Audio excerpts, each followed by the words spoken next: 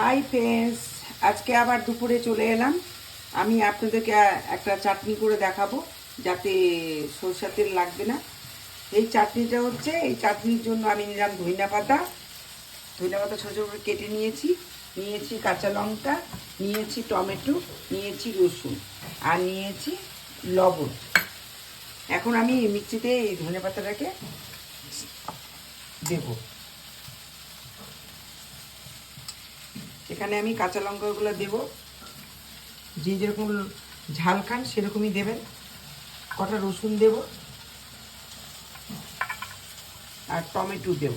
Tomato দিলে টক হবে, এই জন্য আমি টমেটো দিয়েছি। এর মধ্যে আপনারা কাঁচা আমও দিতে পারেন, তেঁতুল দিতে পারেন। আমি এটা টমেটো দিয়ে করে দেখাচ্ছি। এখানে আমি 2 চামচ দই দিয়ে দিলাম, টক দই। এখানে আমি 1.5 চামচ লবণ দিলাম। এবার আমি এটা মিক্সিতে পেস্ট করে নেব।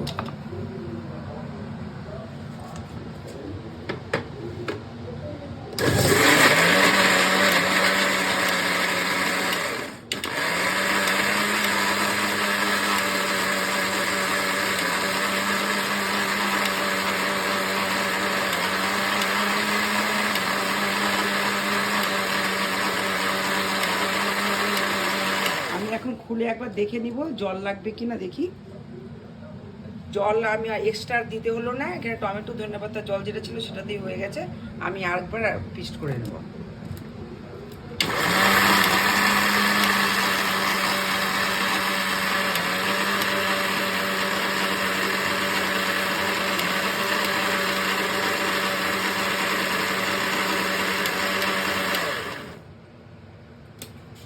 আমার পেস্ট করা হয়ে গেল। এটা খুব সহজ পদ্ধতিতে করা যায়, আপনারা করে খেয়ে দেখবেন কেমন লাগে। আমি এবার একটা বাটিতে ঢেলে নেব। এটা ডাল দিয়ে খেতে ভালো লাগে, ডালের সাথে ভাত মেখে তার সঙ্গে ভালোই লাগে খেতে। আপনারা খেয়ে দেখবেন কেমন লাগে। না খেলে কিছু বোঝা যাবে না, খালি দেখলে বোঝা যাবে না, খেতে হবে পরে, তাহলে বোঝা যাবে।